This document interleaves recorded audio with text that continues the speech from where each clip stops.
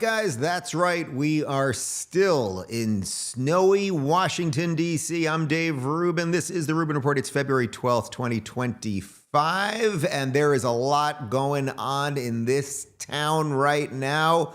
I don't want to say too much, but I will be making a little appearance over at the White House later. Don't tell that to anybody. Keep it quiet. We don't want to upset people.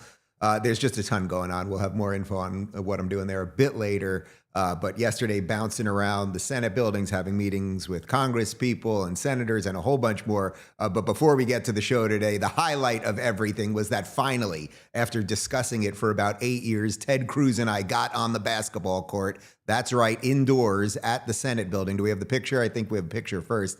That's Ted and I after we played. It's an indoor tennis court that they threw up a basketball court at. Fear not, Ted did not play in a suit. We just put the suit on, and I think we have about 7 seconds worth of video. Look at this. Look at this. This is me and Cruz. Yeah, I can still jump. There's a little bit of hang time there, and I think we have a Ted Cruz jumper on the way. Where is it? Little mid-range Ted Cruz jumper knocks it down, and we played old guys versus young guys because it's a bunch of the senator's staffers, and the old guys were the old guys. Senator Cruz is 54. I'm 48. We played a couple other guys, late 30s, 40s versus the 20-year-olds, and we beat them like 7 out of 8 games. So I'm feeling good about that. There's a lot going on here. As I mentioned yesterday, you can feel a shift. That's the phrase I'm using on this. It's just a shift in the energy of this city. People are starting to realize that things actually really are changing. We usually have, a Democrat comes in, a Republican comes in. We get 2 Democrat administrations in a row, then a Republican, but not much shifts. Now a lot is shifting, and we're going to talk about that, of course, as it relates to DOGE and these cuts, as it relates to the fight that's now in the courts, as it relates to the Democrats who are now screaming constitutional crisis. I am telling you that is the phrase of the year. That is going to be the phrase of 2025, constitutional crisis. And then we're going to show you how the Dems also, because they ramp up everything up in the hysteria department all the time, they're also seeding the ground for some of their protests and violence and everything else. But let's start over on CNN because, of course, they're a propaganda network and they realize what time it is now, and it's getting harder and harder for them to come off as sane. But Anderson Cooper, it's funny, we don't play a lot of clips of Anderson Cooper because he's kind of just marginal nothing. He's mostly a Democrat, but he's just sort of nothing over there, except that he gets paid a lot of money. Anyway, he was doing a little panel, and they were discussing DOGE and this fight with the courts that we are now in. And, he called a former governor a dick. Enjoy. It's 23 days in here, guys. 23 days. You were talking about $2.3 billion that was saved last year. These guys are saving $2.3 billion a day. Right, but it's incredible. That's what they're saying.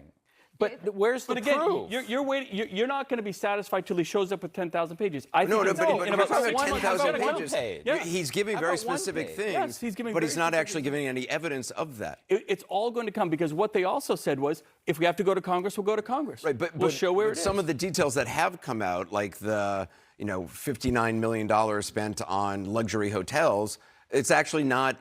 You're talking about the FEMA money that was abused for migrants.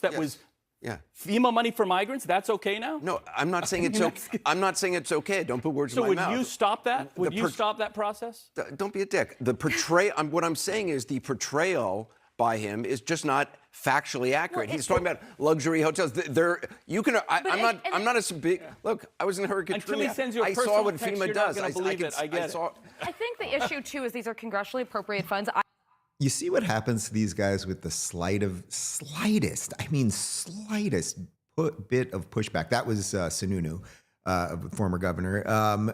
It's just so interesting because, yes, they are finding out where this money has been going. They're uncovering the slush funds and all of that. They haven't released every bit of evidence yet, but they are releasing. You can see screenshots every day. I mean, we've been showing them to you about where the waste is and everything else. We know that FEMA was putting money into expensive hotels in New York City to put migrants into, as opposed to using that money for what we thought FEMA was for, which was, emergency services and rescue operations. I don't know, maybe helping the people of North Carolina who are still dealing with problems, or helping the people in Hawaii or in California, et cetera, et cetera. But the slightest bit of pushback, and then suddenly, don't be a dick. It's like, look, it's like, Anderson, are you a journalist. I don't know what well, I think Anderson Cooper does purport to be a journalist. You know, most of these guys behind the desk. That's why I always say I'm not a journalist. I'm not out in the field doing journalism. I'm conveying information to you as I see it, and I try to do it in the most honest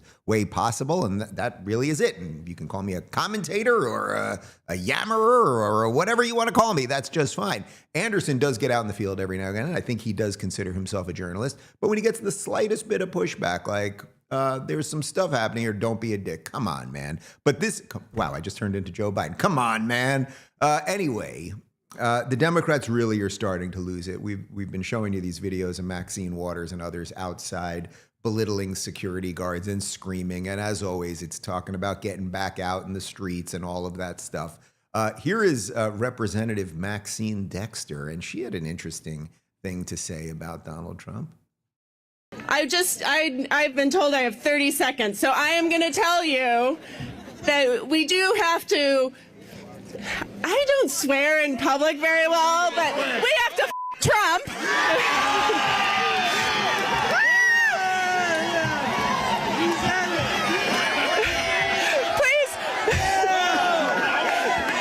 Please don't tell my children that I just did that. Oh, you're so naughty. You're so naughty. You said F Trump. It's so edgy, lady. And all these women behind, oh my God, she said that thing. And don't tell it's just, there's just nothing left with these people. By the way, if there had been Republican congressmen out there screaming F Biden on the streets, the freaking DOJ probably would have been investigating them. I believe we had a little fun with an edit of that video. Enjoy. We have to fuck Trump. I'm gonna come.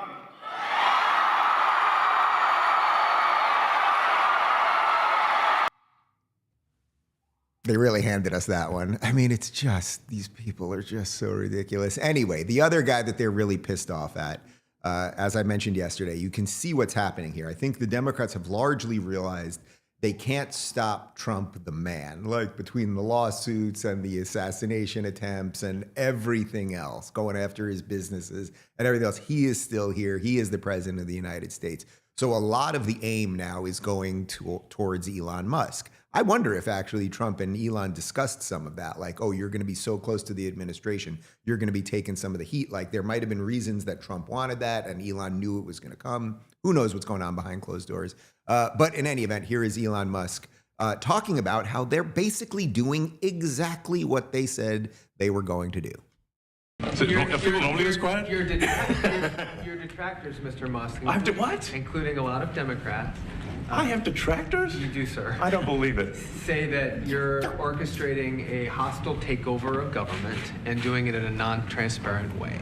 What's your response to that criticism? Well, first of all, you couldn't ask for a stronger mandate from the public. The public voted, we have a majority of the public voting for President Trump. We won the House, we won the Senate. The people voted for major government reform. There should be no doubt about that. That was on the campaign. The president spoke about that at every rally. So at a high level, if you say, what is the goal of DOGE and I think a significant part of the presidency is to restore democracy. This may seem like, well, are we in a democracy? Well, if you don't have a feedback loop, okay, we would have to, if you it's all right. So, tell you, gravitas can be difficult sometimes. If there's not a good feedback loop from the people to the government, and if you have rule of the bureaucrat, or if the bureaucracy is in charge, and then what meaning does democracy actually have? If the people cannot vote and have their will be decided by their elected representatives in the form of the president and the Senate and the House, then we don't live in a democracy. We live in a bureaucracy. Is there anything that guy said right there that you disagree with? And also the way it is unscripted and they are taking questions in the White House. The fact, even optically, that Trump is sitting there deferring to him on some of these questions. His kid is there, the body language, Like he's smiling while he says it, and it's all thoughtful. Yes, the Republicans got the presidency and the House and the Senate, and people want transparency. The question is there a hostile takeover, and is this not transparent? I've never seen anything in my lifetime that the government has done that is more transparent than this. They are literally going into these offices, they're finding out information, they're releasing screenshots of the books, right? Like what the accountants were saying, oh, we're putting in $50 million into this, and blah, blah, blah, blah, blah. They're putting it all out there. It's transparent. It's not a hostile takeover of the government. It's a cleanup of the books. By the way, for any of you that watched The Apprentice or Celebrity Apprentice, actually Celebrity Apprentice is the only, it's hard for people to remember that Donald Trump was a reality TV host on top of everything else before the political adventure. It's the only reality show that I ever watched. And it sort of mirrors what's happening there, because there were a lot of times in Celebrity Apprentice, you'd see Donald Trump sitting and maybe Ivanka or Junior or one of the partners would be standing and explaining something else. This shows you where he's good at being a leader, where he's able to delegate and let Elon explain some of this stuff. And yes, they are uncovering incredible amounts of fraud. Elon continued with that. And also, could you mention some of the things that your team has found, some of the crazy numbers, including the woman that walked away with about 30 million, right, etc.? Well, we do find it sort of rather odd that there are quite a few people in the bureaucracy who have ostensibly a salary of a few $100,000, but somehow manage to accrue tens of millions of dollars in net worth while they are in that position. Mr. Musk, you said on X that an example of the fraud that you have cited was $50 million of condoms was sent to Gaza. But after fact-check this, apparently Gaza in Mozambique, and the program was to protect them against HIV. So can you correct the statements? It wasn't sent to Hamas, actually. It was sent to Mozambique, which makes sense why condoms was sent there. Yeah. And how can we make sure that all the statements that you said were correct, so we can trust what you say? Well, first of all, some of the things that I say will be incorrect and should be corrected.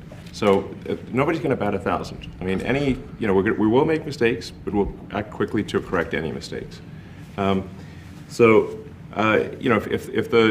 not sure we should be sending $50 million worth of condoms to anywhere, frankly. I'm not sure that's something Americans would be really excited about. And that is really an enormous number of condoms, if you think about it. If it went to Mozambique instead of Gaza, I'm like, okay, that's not as bad, but still, why are we doing that?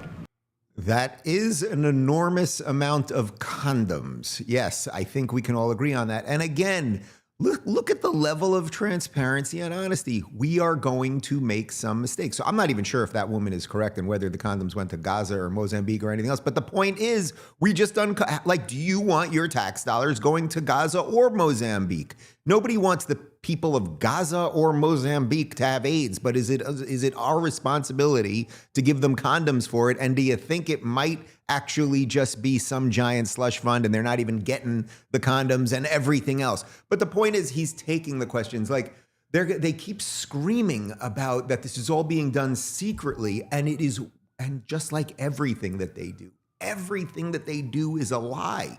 But this time they're lying like, I used to say that truth is a time release pill, right? Because those of us that were online would know things were true, and the media would just lie about them or hide them or not talk about them. So very fine people on both sides would be a good example of that. For 3 years, we were all saying it online that it's a hoax, and then finally it burst forth into the mainstream literally less than a year ago, right? Obama was still doing it days before the election.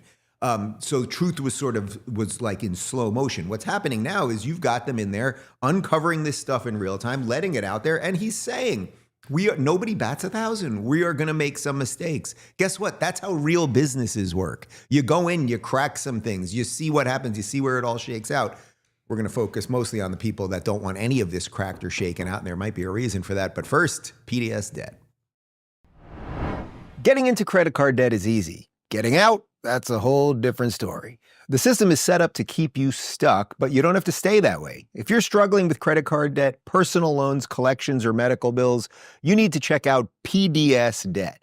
PDS Debt offers a service that matches you with debt solutions tailored to your financial situation. If you're making payments every month but your balances aren't going down, PDS Debt can help. Here's the best part. Anyone with $10,000 or more in eligible debt qualifies, and there's no minimum credit score required. Even if you have bad or fair credit, PDS Debt has options for you. They'll help you save more while paying off your debt in a fraction of the time. Stop waiting and start saving today. Get your free debt analysis right now at pdsdebt.com/Rubin. It only takes 30 seconds to get started. That's pdsdebt.com/Rubin. Take control of your financial future today.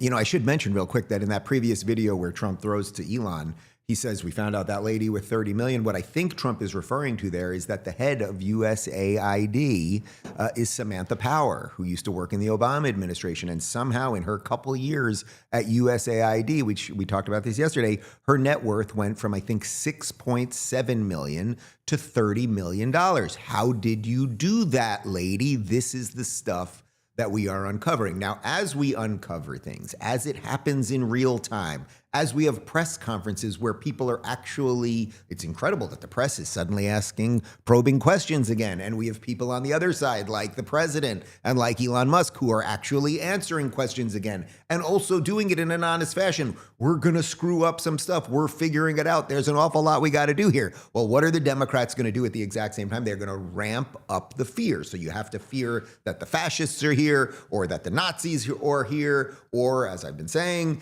that the phrase of 2025, that we are in a constitutional crisis. Here you go. We are 3 weeks into the second Trump presidency, 3 weeks, and tonight there are warnings that the U.S. is dangerously close to a constitutional crisis. That is a constitutional crisis. That is a crisis for our democracy. We've got our toes right on the edge of a constitutional crisis here. What we are witnessing is a constitutional crisis. To defy court orders brings about a constitutional crisis. We've moved from a constitutional crisis to a constitutional collapse.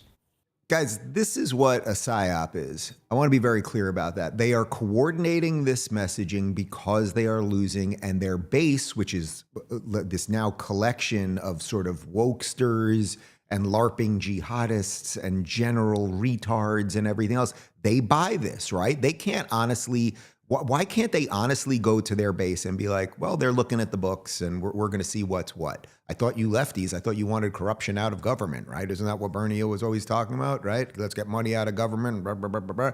But they can't because their base is so radical. So they coordinate this messaging. And we've been through this. This is like Russia hoax, Russia, Russia, Russia. So guys, just like put a pin in it, know what it is. And then we still have to cover it. We still have to react to it, obviously, like it's a thing that's happening. But that is what they are doing. We are not in a constitutional crisis. It is not a constitutional crisis to find out where your money is going. There is now a fight, I would say, between the judicial branch and the executive branch because activist judges suddenly don't want the books to be looked at. That seems like a problem. But if you guys want, if Caitlin Collins and Cory Booker and some of the other people we just showed there, Ilhan, constitutional crisis, lady, you married your brother so that he could get citizenship. That might be a constitutional issue, I would say at least. But if you guys want a constitutional crisis, I got a constitutional crisis for you. What if the president, work with me here, guys, come with me on this adventure. What if there was a president who had dementia? And everyone knew that he was mentally compromised and not up to the job. And what if, say, a congresswoman from San Francisco, let's say Nancy Pelosi, she was like this, and I don't know, a senator from New York, Chuck Schumer, what if they met and they had a talk with the vice president, and then there was a backdoor deal to force that sitting president out of office, in essence, to make sure he couldn't run again, and install her?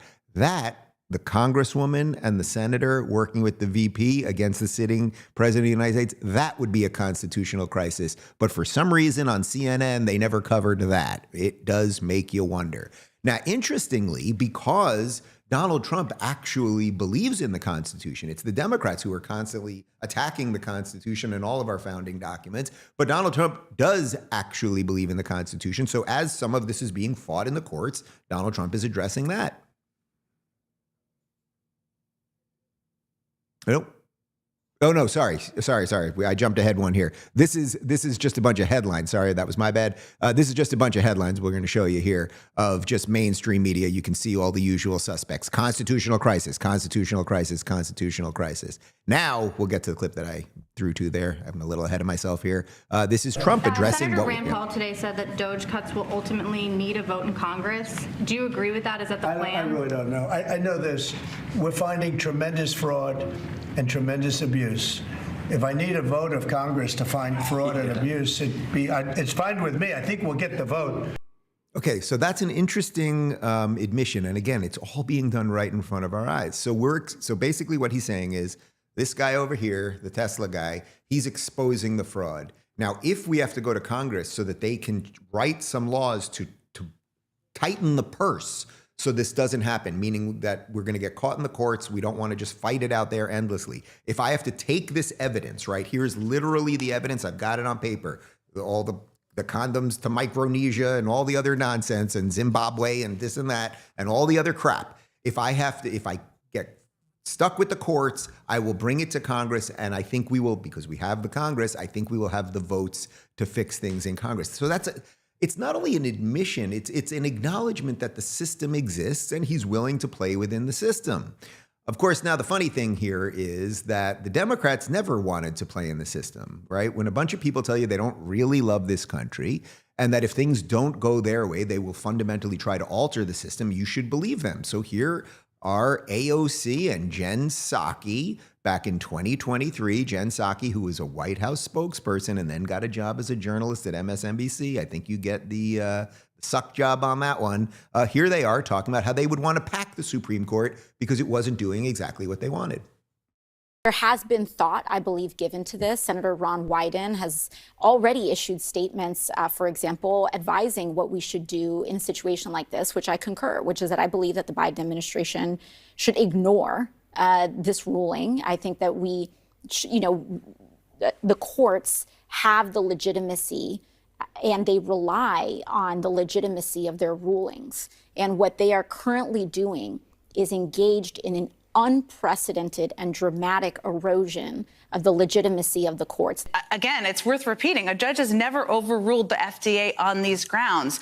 There are some members of Congress who have suggested that President Biden and other leaders should ignore the ruling. I certainly understand the sentiment, but do you think that is a viable path forward? This court has lost legitimacy. They have burned whatever legitimacy they may still have had after their gun decision, after their voting decision, after their union decision.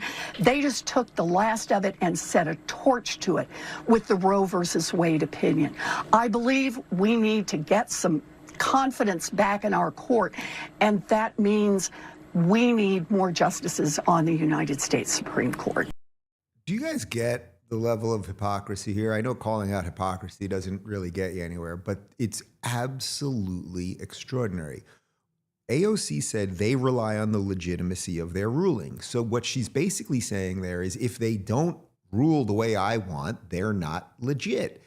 Elizabeth Warren, they've set fire to the Constitution. It's like, lady, yes, they did reverse Roe v. Wade, but abortion is obviously not a federally guaranteed right, so everything gets kicked back to the states. Now, you may not like that or you do like it. It doesn't even matter what your feelings on abortion are. We know she loves abortion. There is no one that loves killing unborn babies more than Elizabeth Warren. We have to accept that. It's weird, lady. Maybe it has something to do with her fake Indian roots. There's a guilt thing there. Who knows? But when they don't like what's going on, that actually, you want to talk about a constitutional crisis? A constitutional crisis is when you guys, members of Congress and members of the Senate, are trying to fundamentally alter the judicial branch by packing the courts with your activists. That is a constitutional crisis. It's not a constitutional crisis when Donald Trump is asked, hey, we're uncovering fraud here. Would you be willing to take this to Congress and get them to deal with some of the tightening of the purse strings? That's not a constitutional crisis. That's literally exactly how it's supposed to work. Of course, Joe Biden, a man with dementia who didn't really tweet, so an intern probably put this out, he felt the same way about the Constitution. The Supreme Court of the United States tried to block me from relieving student debt, but they didn't stop me. I've relieved student debt for over 5 million Americans and keep going. So The Democrats have no problem ignoring the court. One might call that a constitutional crisis when they want to. There is nothing in the Constitution that says that the President of the United States can just eliminate debt with the stroke of a pen, but the Democrats do what they've got to do, and the Republicans are learning right now. We'll have some of the absolutely hilarious fallout of the way Elon's trolling these people in just a second, but first, BHMD1. We've been told our whole lives that wrinkle creams were the easiest way to look younger. Now, one doctor says that's nothing but old news. According to Dr. John Lake, the world-renowned Beverly Hills beauty expert, most wrinkle fixes on the market are nothing but glorified moisturizers. They hardly make a dent on your appearance, and some can even be harmful to your skin, he said. Recently, Dr. Lake has focused his attention away from mainstream cosmetic practices. Why? So he can pursue a revolutionary anti-aging breakthrough, one that some experts say could empty the wallets of the cosmetic industry. It's almost like Photoshop for your face. You may even be mad after seeing how easy it is to visibly erase your wrinkles from view, Lake told reporters. His personal clients have dubbed his new do-it-yourself technique the age rewinder method because it can take years or even decades off your appearance in under 2 minutes. In light of this amazing breakthrough, Dr. Lake has released a step-by-step video to the public, free and uninterrupted, where he outlines exactly how to use this simple solution from home. You can find out more about this yourself right now. Go to bhmd1.com/Rubin or click the link in the description box below. That's bhmd1.com/Rubin. Again, go watch the video at bhmd1.com/Rubin right now, or just click the link in the description box below. So there's another fork in the road happening right now, which is as the Democrats go more hysterical, as they defend the indefensible, as it pertains to the reckless spending and all of the stuff that's being exposed right now. They're getting ready to send their people out in the streets. They're screaming about constitutional crises, all of this nonsense.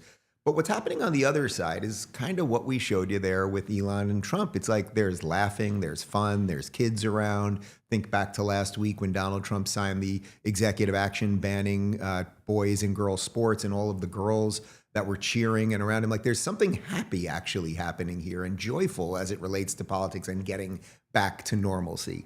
I would say that also has about 10% of good-natured trolling, and Elon knows how to do some good-natured trolling, and look how that is being translated on the CNN show.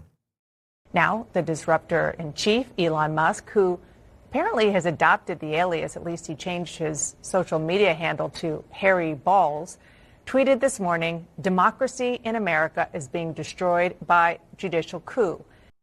Look, if none of this stuff ever gets fixed, if this is just a temporary blip in joy that we're having and it all gets reversed tomorrow, the fact that Dana Bash had to go on CNN and say Harry Balls makes it all worthwhile. All of the pain we've dealt with, the assassination attempts, everything else was worth it just for that. Like, this is what they're doing to these people. It's hilarious.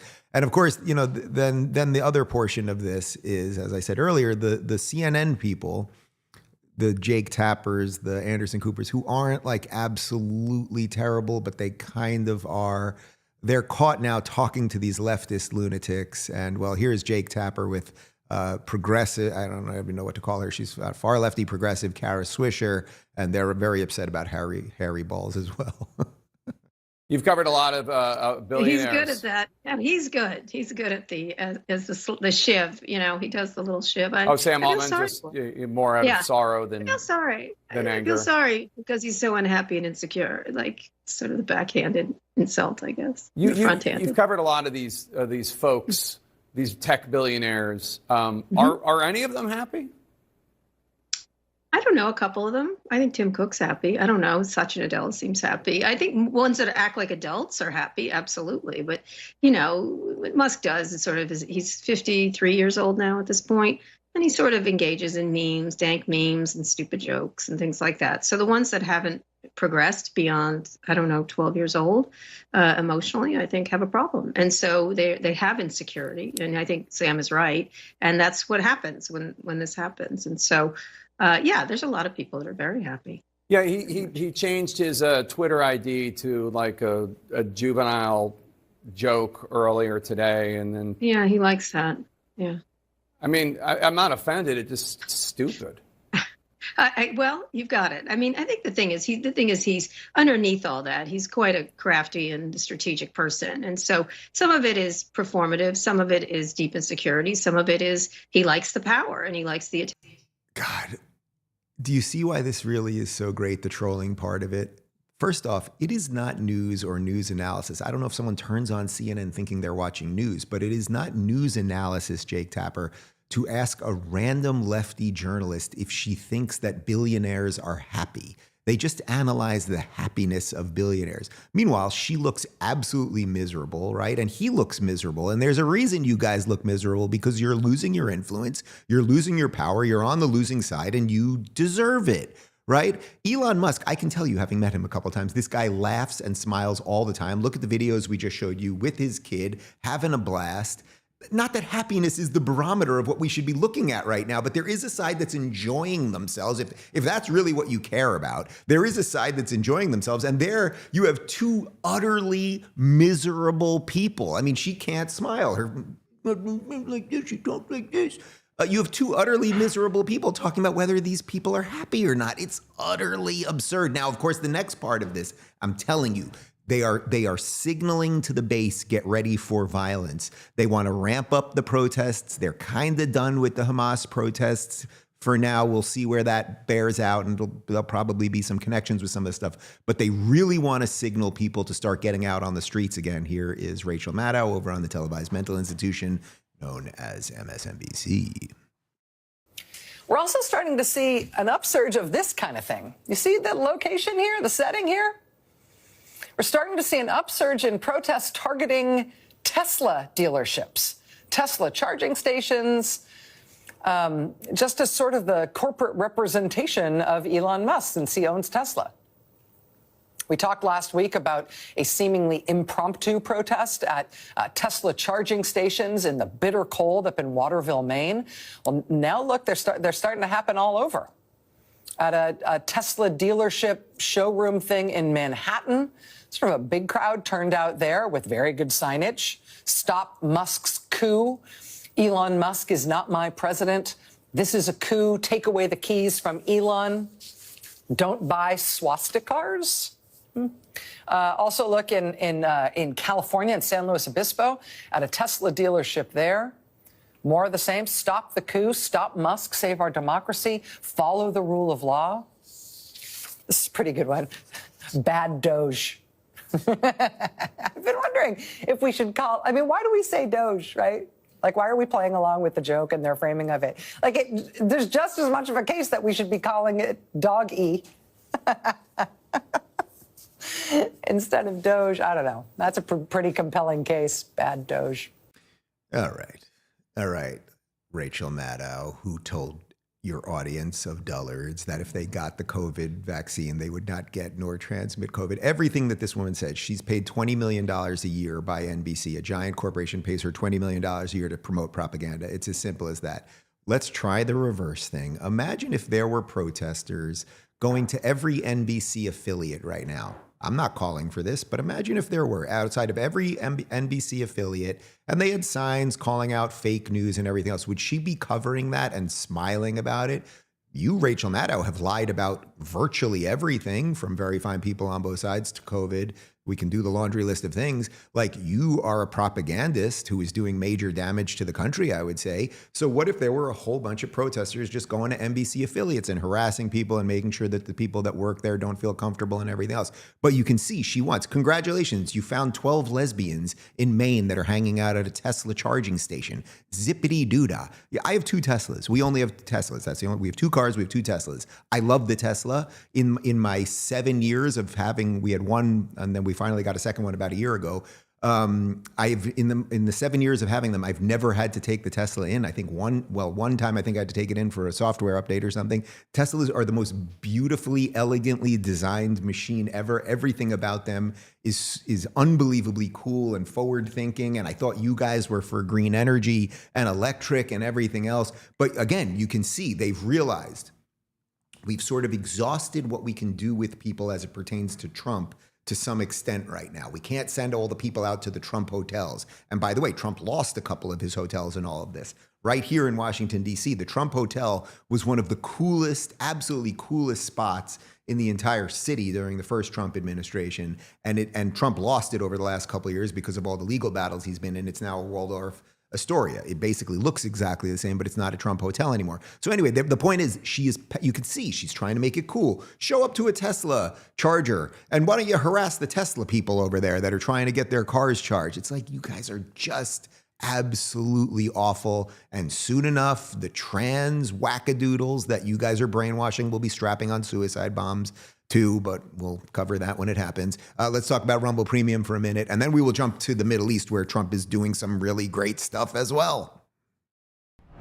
Free speech is under attack, but Rumble refuses to back down. Rumble has always believed in empowering voices, no matter how unpopular. And now Rumble's taking that fight to the next level. When major advertisers conspired to pull their dollars, even brands like Dunkin' Donuts turned their backs, labeling Rumble as having a right-wing culture.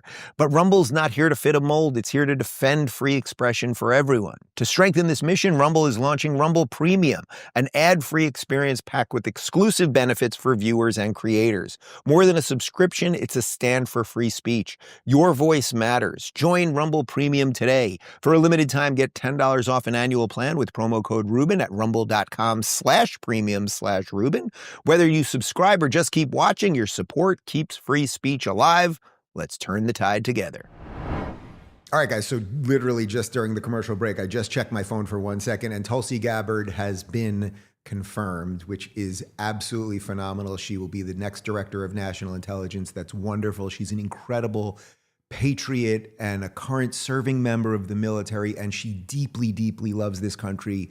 And I adore her, and we've become very, very close, good friends. Actually, well, I guess now I can say it. I didn't want to say it at the top of the show. The reason I'm going to the White House later is to go to Tulsi's confirmation hearing. The vote just happened, but the swearing in, I'll be going to that a little bit later. I didn't want to say it right at the top of the show in case something absolutely insane happened. But I'm unbelievably excited for that and proud of her. And to whatever extent we had a little bit here, and I say we, meaning you too, a little bit to do with it by talking about Tulsi and getting her on the show and helping her evolve politically and everything else. Like, how cool, really, how cool. Now let's jump over to the Middle East, because there's a lot of stuff changing in the Middle East. It's changing very, very fast. And I think the next couple days are going to be a really seminal moment in not only the history of the Middle East, but the future of the Middle East. So first off, let me show you this from Libs of TikTok. USAID provided billions of dollars to the Palestinian Authority.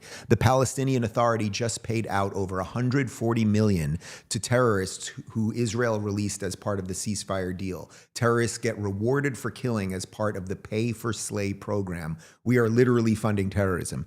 Guys, this is true. We have known this for years. The Palestinian Authority, which is separate from Hamas, they ran in elections in 2006 against Hamas. Hamas won those elections, killed their counterparts in the Palestinian Authority, and then have never had elections in the 19 years since. But the Palestinian Authority largely runs the West Bank, where the Palestinians are, Judea and Samaria, where Jesus was from. But we don't have to do the history lesson right now. But the Palestinian Authority, who again are thought of as the good guys, right? If you think of Hamas as the bad guys here, they're thought of as the good guys. They literally pay people to kill Jews, and $140 million was just sent to the people who just got out of jails so that the Israelis could get their hostages back, just a few of them, right? For every one that the Israelis get back, they're sending like a dozen, sometimes 24, 40 people who have blood on their hands back to them. And then the Palestinian Authority pays them money. I don't remember what the numbers are. Someone can check this. But there are literally dozens of these terrorists who are now millionaires because the Palestinian Authority pays them with our money to kill Jews. It's absolutely insane. Now I want to show you this. And by the way, this is all being uncovered because of the USAID thing and everything else. So check out these images. We wanted to get to this yesterday, but this is absolutely extraordinary. So the last 3 Israeli hostages that were released, those are them. The pictures up top are what they looked like right before they were kidnapped and their families were killed and everything else. And look what they look like after. I mean, this literally harkens back to the Holocaust, right? If you look at those old black and white videos and pictures of people that were actually suffering genocide, that were actually being starved and everything else, which is completely the reverse of what's happening in Gaza right now. You have a bunch of fat fucks with guns who are threatening babies and women and still have women and children, well, we don't know who's alive anymore, underneath in those tunnels down there. But if you can't figure out who the good guys and bad guys are at this point, well, yeah. Donald Trump, however, does know who the good guys and bad guys are, and he has just about had it. And listen to what he said at the White House yesterday. When you say all hell is going to break loose, are you speaking about retaliation from You'll Israel? find out, and they'll find out too. Hamas will find out what I mean. Mr. President, They're going to find out what I mean. These are sick people, and they'll find out what I mean Saturday at 12 and 12. But no involvement. Isn't that something, guys? They will find out what I mean Saturday, 12 o'clock. So we have been told that for the last year and a half that the Gazans were being genocided. They were not. They were using human shields. It's a war. Just release the hostages. It all would have ended, blah, blah, blah. I don't need to do all that right now. But imagine if we had had a president that would have said that on October 8th. Okay, you've got these 100 hostages, Hamas. You made your point. If you do not release them by Saturday, we'll give you a couple days to play with them. It's Saturday, 12 o'clock, all hell is going to break loose. Instead, we largely funded them and we hampered Israel. You may remember when Kamala Harris told Netanyahu, don't go into Rafah. They then did go into, she said she studied the maps, that fucking brain dead buffoon. And they went into Rafah and they killed Sinwar, the leader of Hamas. This is what American leadership is. This is not calling for Americans to be on the ground. This is not calling for any troop or American soldier to put their life in danger. This is just saying to an ally, do what you got to do. And by the way, they've been holding American hostages. So as I keep saying from the beginning of all of this, if you don't care about Jews or you don't care about Israel or you don't even largely care about what the massive worldwide fight between the West and rampant jihad, if you don't care about any of that, I think that everyone from an American perspective would care about American hostages. So Trump is doing what actual leadership is. And not only that, he brought the King of Jordan over to the White House yesterday. Now, Jordan, and Google this for yourself, don't listen to me. Jordan is at least half Palestinian. The Palestinians have a state already. Now, they have all sorts of problems in Jordan because they're run by the Hashemite king, who is not Palestinian. And his dad, by the way, killed about 30,000 Palestinians in Black September in the early 70s. But putting that aside, about 50 to upwards of 2/3 it's a little hard to get the exact numbers of the Jordanian population is Palestinian. So they have a country already. It's called Jordan. He realizes that he better start playing ball with Donald Trump or he's going to lose his kingship, which he would like to hang on to. And this press conference was just spectacular. President, why should the king take in the Palestinian people? He's made clear he doesn't want to. Well, I don't know, but he may have just something to say because we discussed just briefly. I think maybe you want to say it now, or? Well, Mr. President, I think we have to keep in mind that there is a plan from Egypt and the Arab countries. We're being invited by Mohammed bin Salman to discussions in Riyadh. I think the point is how do we make this work in a way that is good for everybody? Right. Obviously, we have to look at the best interests of the United States, of the people in the region, especially to my people of Jordan. And we're going to have some interesting discussions today. I think one of the things that we can do right away is take 2,000 children that are either cancer children or in very ill state to Jordan as quickly as possible, and then wait for, I think, the Egyptians to present their plan on how we can work with the president to work on the Gaza challenges. And we'll be working on the rest with Egypt. I think you're going to see some great progress. I think with Jordan, you're going to see some great progress. Do you see what American leadership does to the world? The amount of times that the King of Jordan said, and he keeps, I don't know if he has a nervous tic, but he kept blinking like this. Like that's a guy breaking down because he was invited to the White House and then they smacked him down. You rule over Palestinians. You treat your own Palestinians. They have certain professions that they can't have in Jordan and certain voting rights they can't have. Same thing in Lebanon. You treat your own Palestinians like shit, but we're done. Without us propping up the King of Jordan, he can't run his country, right? He can't. So It was very clear what was happening there. And even the way Trump did it was kind of brilliant. We just had a talk. You might want to tell them about some of this stuff. And then he kind of stammers and blinks and and we'll see what the Egyptians say.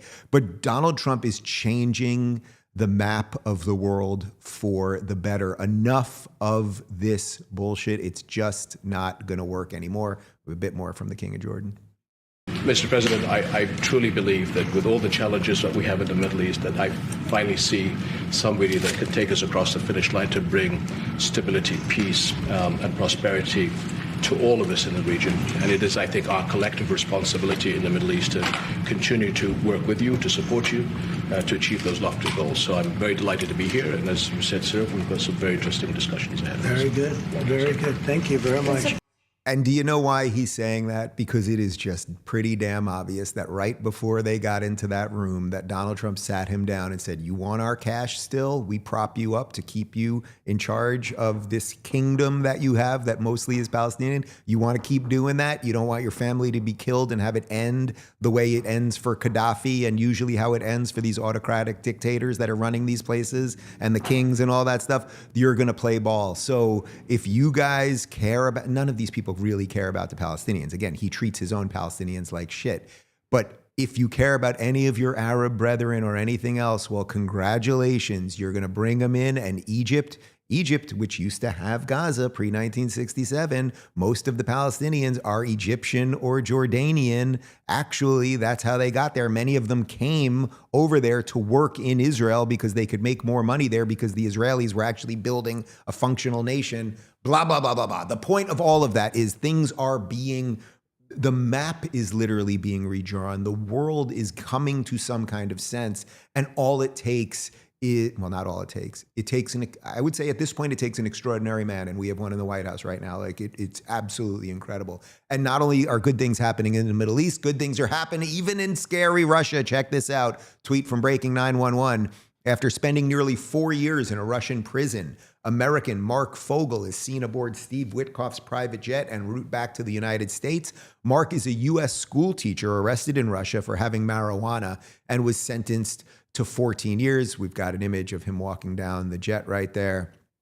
This is a guy, now look, I'm not defending anyone that's bringing marijuana illegally into another country, and every country has every right to do whatever they want to protect their borders and make sure people aren't bringing drugs in, and it doesn't matter what your feelings are about marijuana and anything else. The point is the Biden administration just let this guy hang out to dry. We somehow did bring back Brittany Griner. It's unclear if she's a man or a woman who plays in the WNBA, and she had a whole bunch of weed there. We brought her back, right? We're such a bunch of white supremacists. We left the white guy there, and we brought back the black chick or dude, whatever it is. Anyway, here's Trump with Mark Fogel, and it's just great. It's just great. Are you concerned about safety? If Russia passes this lane? Mr. President, Mark Fogel. He looks good. I feel like the luckiest man on earth right now. And I want you to know that I am not a hero in this at all. And President Trump is a hero.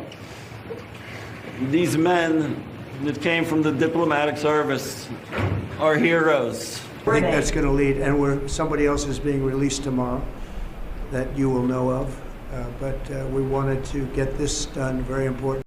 I have to tell you guys, I don't mean this to be cheesy or corny or over the top or anything else, but I really have such a renewed sense of pride in being an American right now. We are righting the ship. That man who was in a Russian jail and left there by the Biden administration, again, putting aside whether you think what he did was right or wrong or anything else, but he was just going to rot there. Obviously, Biden was going to do nothing, or the Democrats were going to do nothing. And there he is, wrapped in the American flag, standing with a man after everything he's been through. And he's literally getting our citizens out of harm's way, whether it's in Russia or in tunnels in Gaza. He's redrawing the map. He's exerting influence again, not because we're sending troops all over and killing everybody, but because we are the moral force in the world. It's either us or it's China, basically. So you can decide, and you should be really, really proud of what's happening right now. You really should be. I know that there's hysterical people worried about fascism and constitutional crises, but they're crazy and they're not in power anymore. So we should mock them, we should expose them, call them out, and all of that stuff. But the overriding feeling should be a great American pride. I want to show you one more clip because my friend Clay Travis was over at the University of Chicago. And they were having a sort of, I think they present these sort of two-side debate things. Phoenix, I should get on one of these debates. Let's get me over to University of Chicago to debate some of these people. And he made a point about Trump's masculinity and how that is now translating into something that is kind of pro-America, and you just don't have that on the other side. Who is the most masculine Democrat right now in America? Mayor Pete. Is that a gay joke? No, Mayor Pete. No, well, no, it's just that he's not particularly masculine. Nobody's like, oh, Mayor Pete, he's a badass. Chuck Schumer.